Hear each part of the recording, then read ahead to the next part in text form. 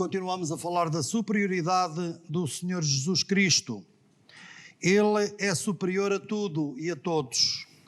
Este é o grande motivo também pelo qual o inimigo não está contente e faz tudo para o desacreditar, para tentar de alguma forma estragar a sua obra, já que sabe que não pode de maneira nenhuma vencê-lo, mas pode transtornar por algum tempo a sua obra e prejudicar aqueles que são seus.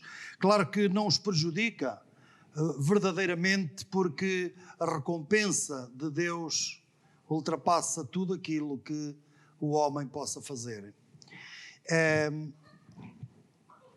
Hoje vamos continuar com Hebreus capítulo 2, já vimos o capítulo 1 e agora temos o capítulo 2, o qual eu pensava que era possível apresentar todo hoje, mas não é.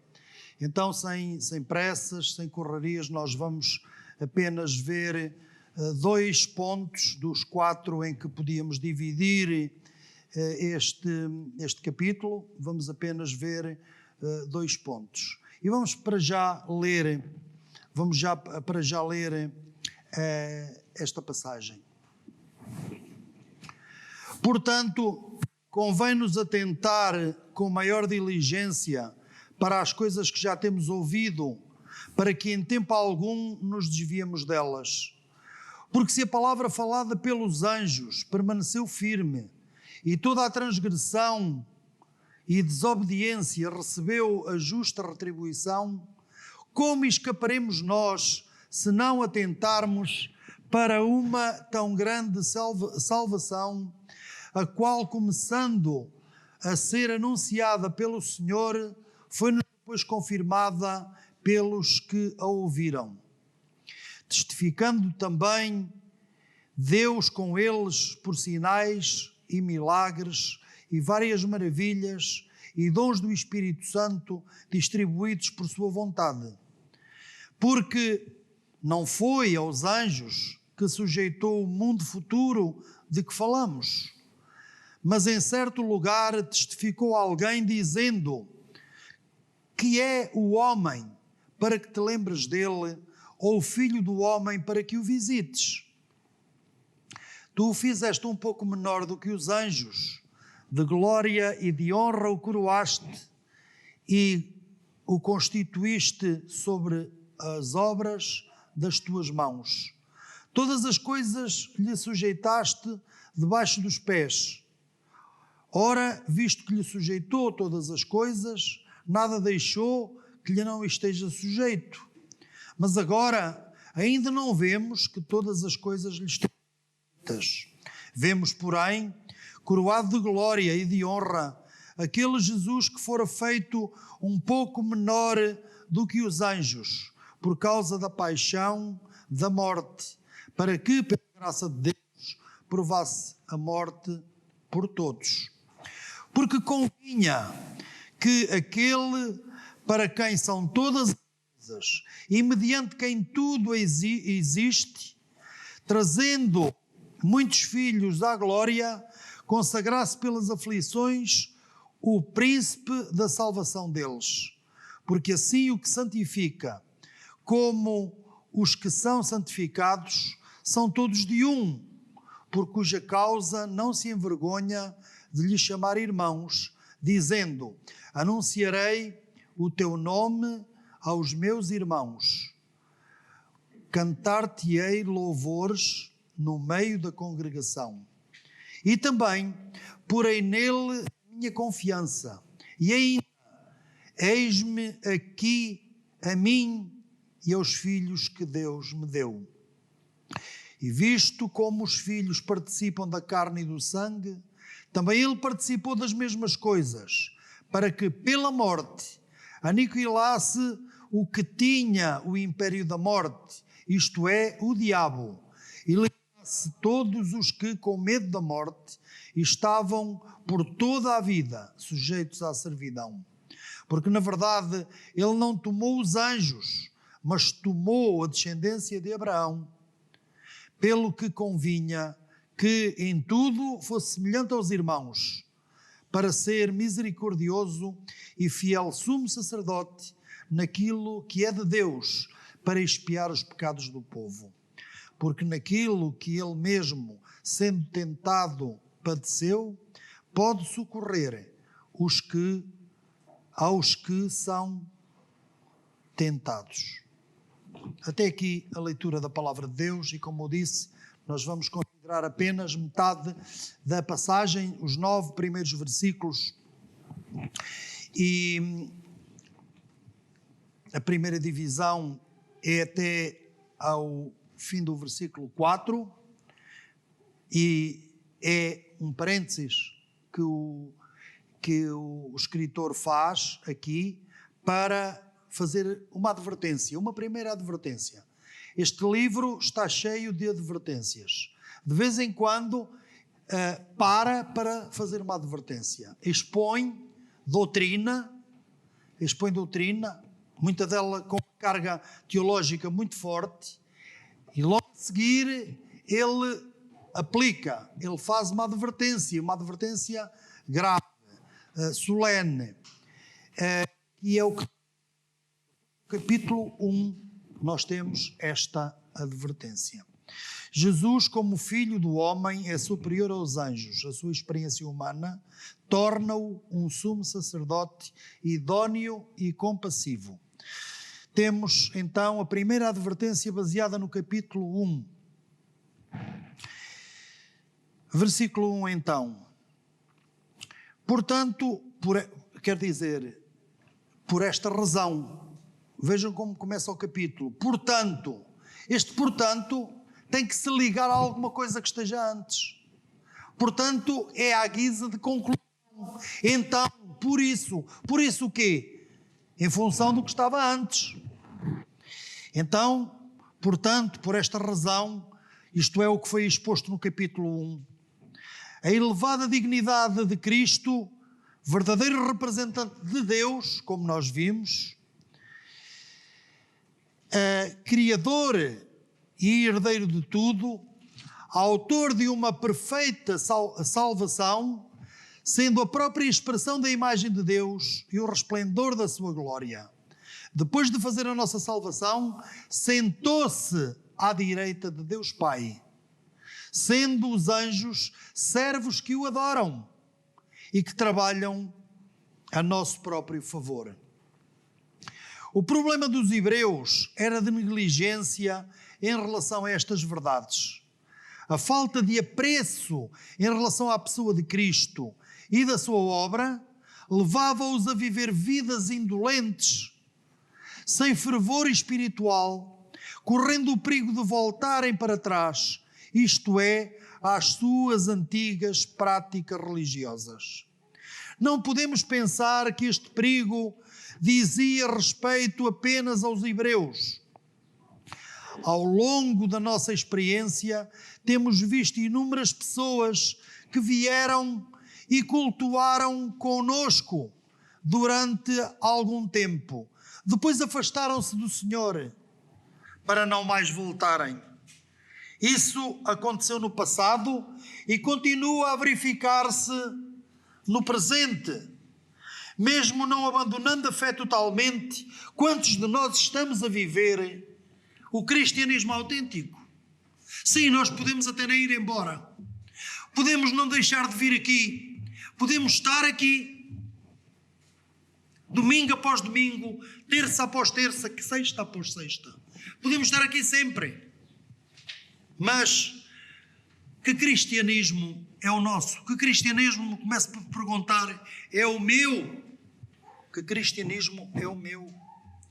Quantos estão a seguir uma mera religião, uma rotina protestante, sem grande interesse nas coisas que agradam ao Senhor? Uma vida de aparência que não leva verdadeiramente a sério a pessoa excelsa do Filho de Deus, o seu sacrifício extremo por nós e a gravidade do que representa a condenação eterna.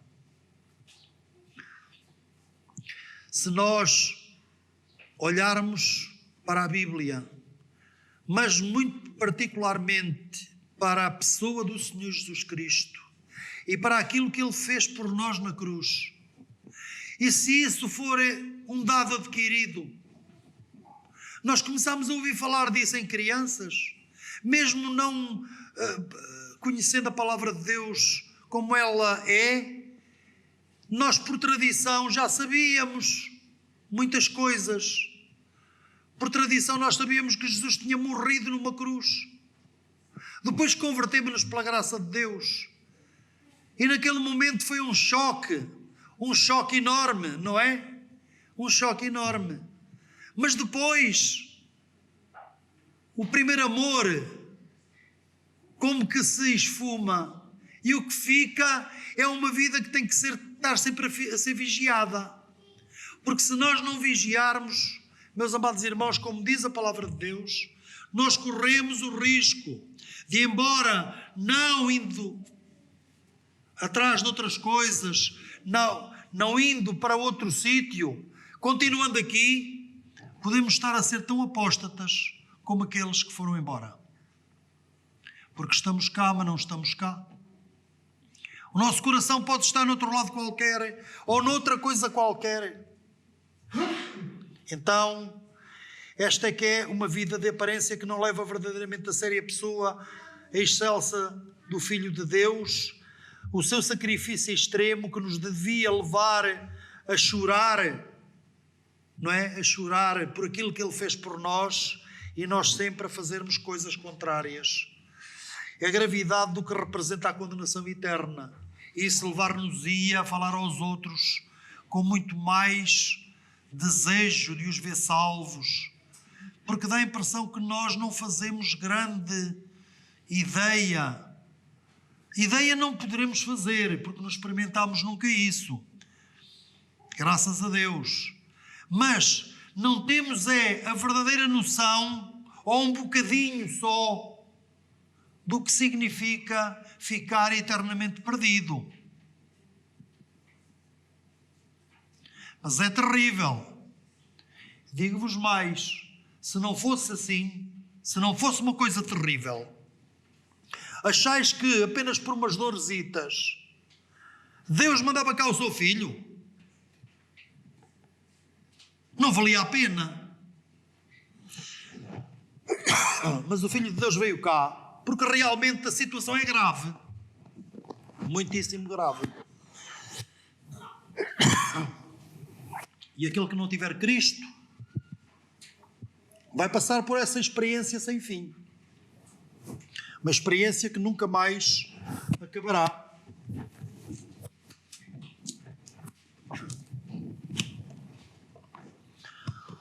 O desvio que o autor refere no versículo 1 não é necessariamente deixar de nos reunirmos.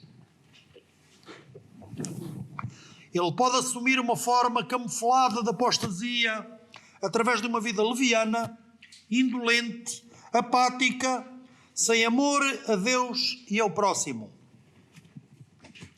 No versículo 2, o escritor adverte para o facto de a palavra, isto é, a mensagem, a revelação da lei do Antigo Testamento, mediada por anjos, como alguns rabinos pensavam e pensam ainda, baseados em Deuteronômio 33:2, eles pensam que a lei foi mediada por anjos. Deus deu a lei a Moisés através de anjos. Foram eles os intermediários, os transmissores. E esta palavra, que poderia ter sido, ou pode ter sido, transmitida por anjos, ela tem permanecido firme. Não foi por esse facto que ela deixou de ter valor, de ser importante para Deus. E a sua transgressão foi punida severamente. Vede, estou-me a lembrar agora daquele homem que 8 dias após a lei ter sido dada, saiu a apanhar lenha, uns arbustos, uma lenha seca, para fazer uma fogueira. Sabem o que aconteceu? Ele foi morto. Foi a primeira pessoa, o primeiro israelita a ser condenado à morte por transgressão do sábado. Isto lá ainda no deserto, no Monte Horebe, ao lado do Monte Horebe. Portanto, a lei não perdeu o seu vigor durante todo aquele tempo, nem o castigo da sua transgressão, apesar de eles quererem que foi mediada por anjos. E o escritor aqui usa esta argumentação.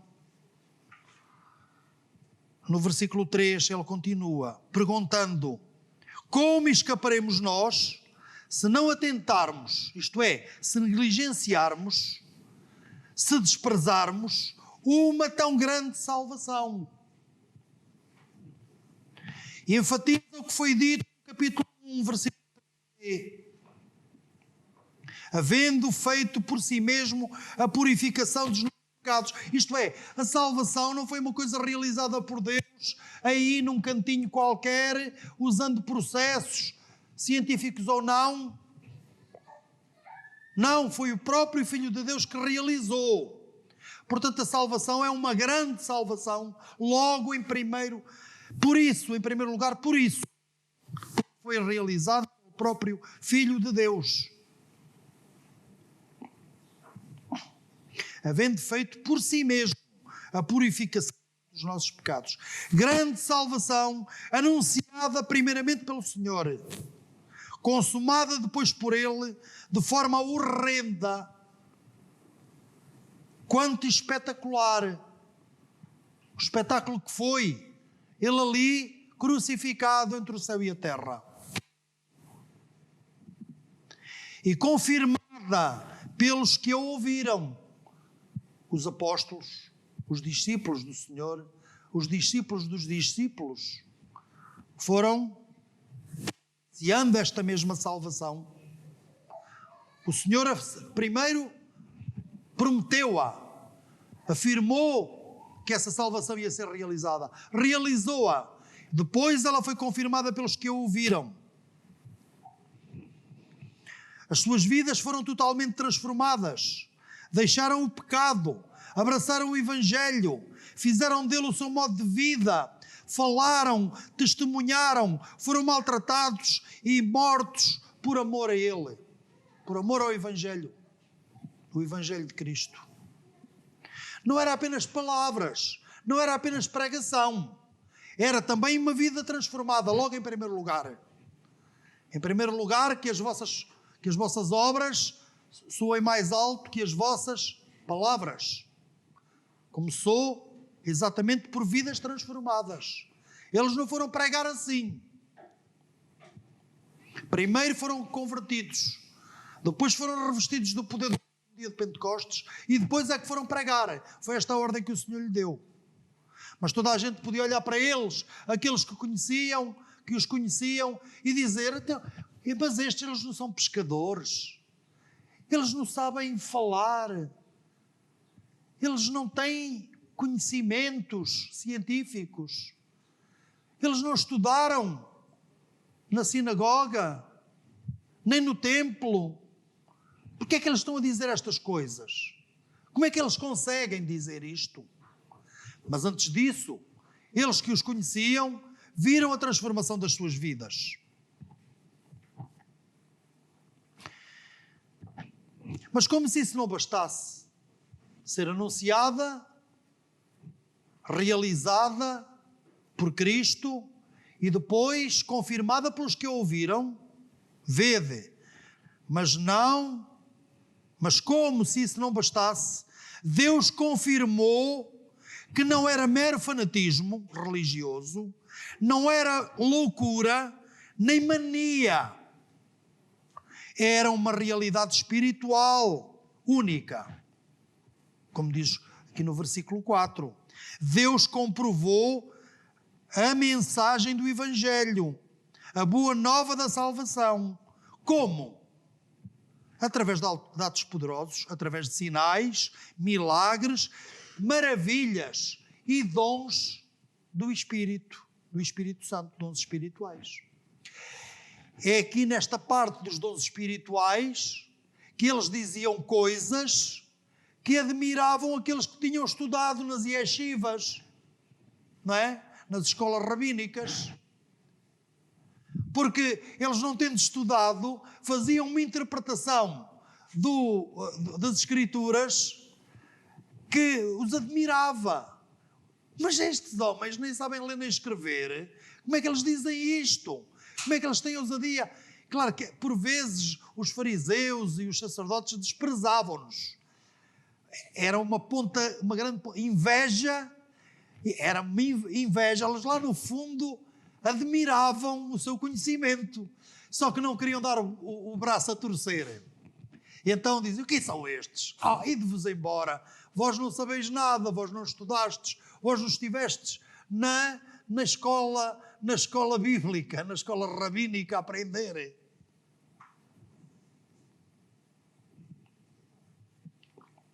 Mas isto era dom. Era o dom do Espírito Santo que lhes tinha sido dado, fazia parte da confirmação. Deus confirmou.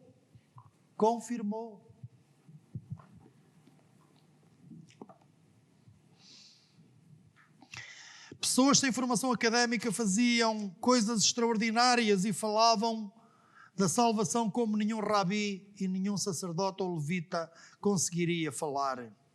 Que impacto teve e continua a ter nas nossas vidas esta salvação única? É a pergunta que nós devemos fazer. Porque isto de olharmos para a Bíblia, isto dizia respeito lá aos hebreus, que corriam o risco de voltar para o judaísmo, tudo muito bem, já passou. Aqueles já não correm mais esse risco porque eles já não estão cá. Já partiram. Agora somos nós que estamos aqui. E de que maneira é que impacto é que causa em nós esta salvação única, esta salvação maravilhosa, esta perfeita, completa, que o Senhor Jesus Cristo realizou a nosso favor. A nosso favor. Não foi para salvar aquele coitado que vive lá não sei onde, que não tem conhecimento de nada. Não, foi para salvar em primeiro lugar a mim, que estava completamente perdido. E a cada um de nós que estava realmente na ignorância, nas trevas. Foi para isso que ele morreu. Ele veio buscar e salvar o que se havia perdido, aquilo que se havia perdido. Então as nossas vidas, como refletem esta salvação única? Como pensamos nela? Como é que pensamos na salvação? Maravilhosa? Imerecível? O maior presente de Deus? É assim que nós pensamos na salvação? Ou banal, desinteressante, aborrecida, castradora? Podemos também pensar assim. Podemos ter a mesma atitude que tiveram aqueles convidados para as bodas, que depois, quando chegou a hora, começaram a escusar-se, a dizer: eu comprei uma terra, tenho que ir vê-la. Eu comprei uma junta de bois, tenho que ir experimentá-los. Eu casei, não posso ir. Não tinha interesse, não é? Aquela ceia, aquela boda, não tinha interesse para estas pessoas. Como é que nós vemos a salvação? Ela tem tudo de bom para nós. Só encontramos adjetivos excelentes para lhe atribuir, ou pelo contrário, que maçada, não é? Que maçada. Não tem interesse. Cuidado, a carne nunca se converte. É natural que ela sinta o contrário do espírito. É natural que o nosso velho homem pense assim. O nosso velho homem, a nossa natureza adâmica, pense desta maneira. É natural que ela pense assim. Por isso o apóstolo Paulo podia dizer: miserável homem que eu sou. Eu por um lado quero servir a Deus em espírito, mas na minha carne não habita bem algum. Podia ele dizer. Então a carne nunca se converte e é natural que ela sinta ao contrário do espírito. Mas que vida estamos a viver? Estamos a dar lugar à carne ou estamos a viver, isto é, a andar em espírito, para usar as palavras que estão lá aos Gálatas, na Epístola aos Gálatas. Passando à segunda parte. A aposta de Deus na humanidade de seu Filho. Deus apostou na humanidade. Aposta na humanidade de seu Filho e naqueles que Ele vai recuperar para estabelecer o seu reino eterno.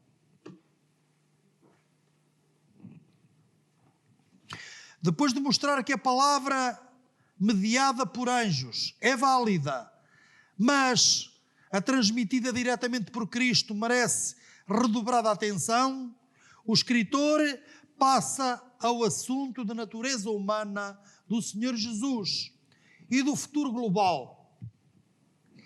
Quais serão as posições dos vários intervenientes na nova ordem que Deus tem projetada? Deus vai pôr em prática, Deus está a construir, mas o projeto é desde a eternidade passada. Cristo, os anjos, os homens, todos estarão lá, mas com diferentes funções e ocupando diferentes posições.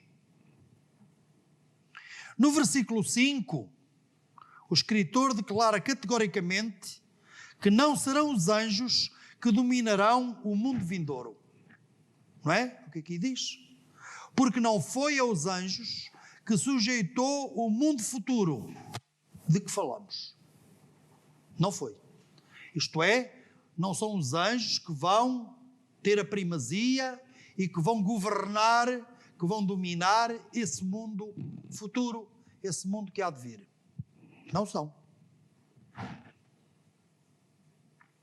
No versículo 6, cita o Salmo 8, verso 4, para mostrar que o homem realmente está na parte inferior da hierarquia atual. Atualmente nós temos Deus, os anjos, que nós podíamos depois dividir em arcanjos, não é? Serafins, arcanjos e anjos, e depois, embaixo, aparece o homem. Não é? Só está acima dos animais, mas está abaixo de toda a hierarquia.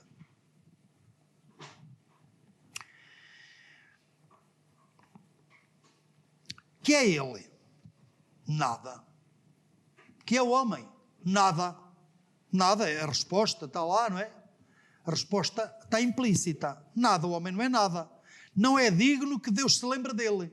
Quem é o homem para que te lembres dele? Ou o filho do homem para que o visites? Não é digno de que Deus se lembre dele, nem de que de alguma forma o visite, o contemple com alguma coisa, o atenda. Deus faz isso, mas é por graça. Graciosamente, não é?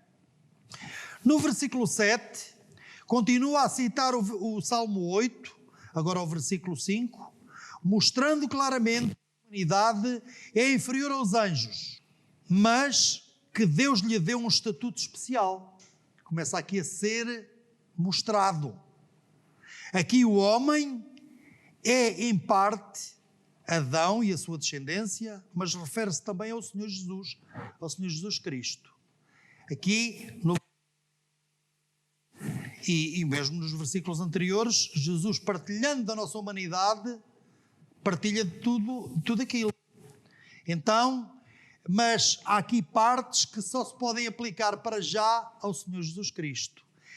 Nele é que se materializa de forma plena a glória, a honra e o domínio declarado no verso 7, B e C, as duas últimas partes, e no Salmo 8.5, quando diz: de glória e de honra o coroaste e o constituíste sobre as obras das tuas mãos.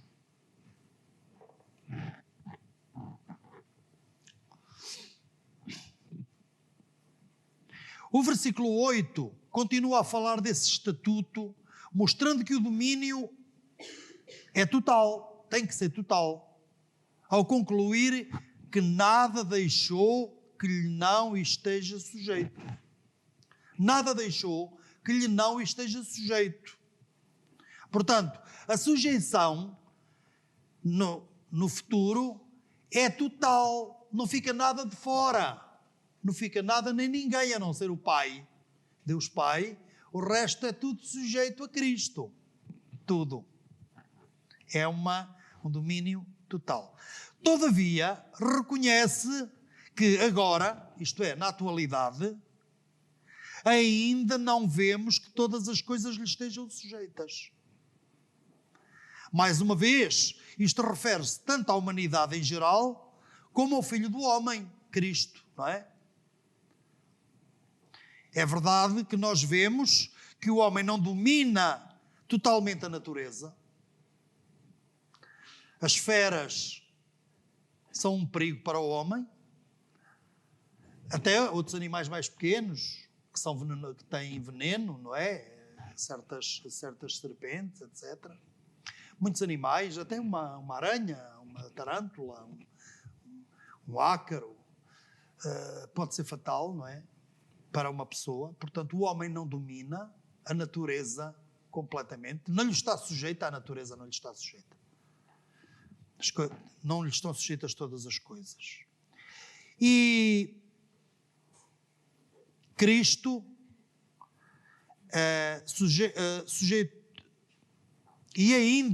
Cristo ainda não tem sob o seu controlo, de facto, todos os seus inimigos. No entanto, no versículo 9, Jesus já está coroado de glória e de honra. Aqui não é o homem, no geral, que está coroado de honra e de glória. Se bem que ter o domínio que tem já sobre a natureza, em relação aos animais, por exemplo, o homem tem uma glória e tem uma honra que os animais não têm, mas não é disso que está a falar aqui. Mas, no caso do Senhor Jesus, Ele já está entronizado no céu, à direita do Pai, esperando agora que os seus inimigos sejam colocados debaixo dos cabelos dos seus pés. Portanto, Ele venceu. Ele já venceu. Ele venceu em potencial. Há inimigos por vencer ainda. Ele venceu para si a morte e Satanás, etc. Mas para nós ainda não venceu. O único inimigo a ser submetido, a ser derrotado, é a morte. Nós ainda passamos pela experiência da morte, senão não morriam crentes. Morrem crentes, morrem descrentes, a humanidade morre, morrem os animais. Tudo o que é realmente animal, que tem parte animal, está sujeito à morte.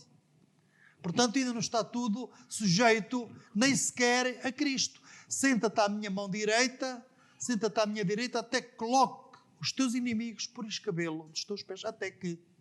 Portanto, isso vai acontecer em breve, mas ainda não está. Ainda não está. Jesus já está coroado de glória e de honra, sentado à direita de Deus, o capítulo 1, verso 3, a parte final, aguardando a subjugação pelo Pai dos seus inimigos, Hebreus 1:13. O mesmo versículo também declara, o mesmo versículo 9. Estamos no versículo 9 aqui de Hebreus 2. O mesmo versículo também declara que Jesus participou da condição humana, um pouco menor do que os anjos. Um pouco menor do que os anjos. E como há aquelas seitas que não sei o que é que elas têm contra o Senhor Jesus, mas devem ter a mesma coisa que o resto da incredulidade, esfregam as mãos de contentes, dizem, estão a ver? Ele não é o Deus Todo-Poderoso. Ele, quando muito, é um Deus mais pequeno. Criando assim dois deuses. Não é? Criando assim dois deuses. O que tem letra maiúscula, o Deus com letra grande e o Deus com letra pequena. Como se pudesse haver dois. Pois é. Mas não, a passagem explica-se a si própria. Vemos aquele Jesus que fora feito ou tornado um pouco menor do que os anjos por causa da paixão da morte, para que pela graça de Deus é que ele foi tornado um pouco menor que os anjos. Para quê? Para que provasse a morte por todos, para que ele pudesse morrer em nosso lugar, em lugar de todos nós. Foi só para isto, porque ele, como Deus, não podia morrer. Deus não morre. Não é verdade que o salário do pecado é a morte? Como é que Deus podia morrer se Deus é santo, santo, santo? Deus não podia morrer, porque Deus não tem pecado.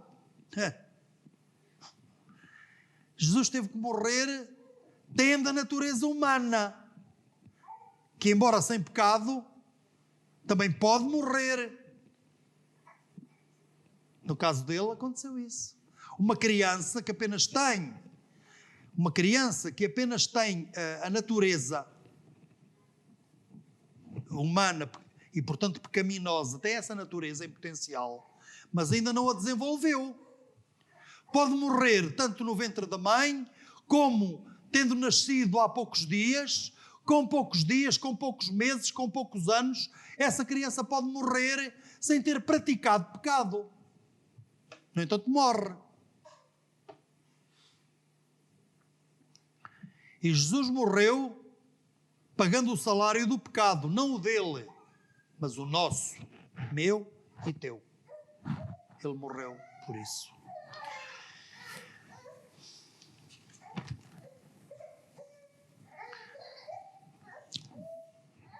Ele provasse a morte por todos. Temos aqui a total identificação do Filho de Deus com a humanidade. Ele identificou-se connosco. Não temos tempo já, porque a nossa hora até já passou, mas isto faz-nos lembrar Filipenses, capítulo 2, versículos 5 até 11. De sorte que haja em vós o mesmo sentimento que houve em Cristo Jesus, o qual, subsistindo na forma de homem, não teve por usurpação o ser igual a Deus, antes aniquilou-se a si mesmo, tomando a forma de homem, e sendo achado na forma de homem, foi obediente até à morte e morte de cruz. Já estou a saltar versículos, mas, resumindo, é isto. Ele tomou a nossa condição para poder salvar-nos, isto é, para restaurar-nos à condição anterior ao pecado que Adão e Eva tinham antes do pecado. Mais ainda, para fazer-nos participantes da sua natureza. E ficamos hoje neste ponto. Ficamos aqui. Reconheçamos a nossa pequenez, a nossa imperfeição. Reconheçamos que realmente nós somos inferiores aos anjos, mas que Deus tem um estatuto para nós que somos crentes, um estatuto especial em Cristo, pela graça, pela sua imensa graça, que realmente esta salvação que Ele nos deu e que portanto fez de nós seus filhos, agora somos filhos de Deus e ainda não é manifesto o que havemos de ser. Isto é a revelação do seu amor, que nos levaria também para Efésios, capítulo 2, versos 4 até 7, Deus que é riquíssimo em misericórdia, pelo muito amor com que nos amou, estando nós mortos em nossas ofensas e pecados, nos vivificou juntamente com Cristo, pela graça sois salvos, para mostrar nos séculos vindouros, não é? Para mostrar a sua abundante graça em nós, e como diz o apóstolo João, ainda não é manifesto como o que havemos de ser, porque assim como Ele é, o veremos. Então, que esta salvação maravilhosa, esta grande salvação que Ele realizou na cruz do Calvário, que lhe demos a preço, que para nós ela seja uma salvação realmente sem preço, porque foi isso mesmo, ela foi realizada por alguém que não tinha pecado e que morreu em nosso lugar, morreu de uma forma horrenda, horrível, para nos salvar. Vamos ficar então por aqui. Continuaremos o resto do capítulo numa próxima oportunidade. Deus.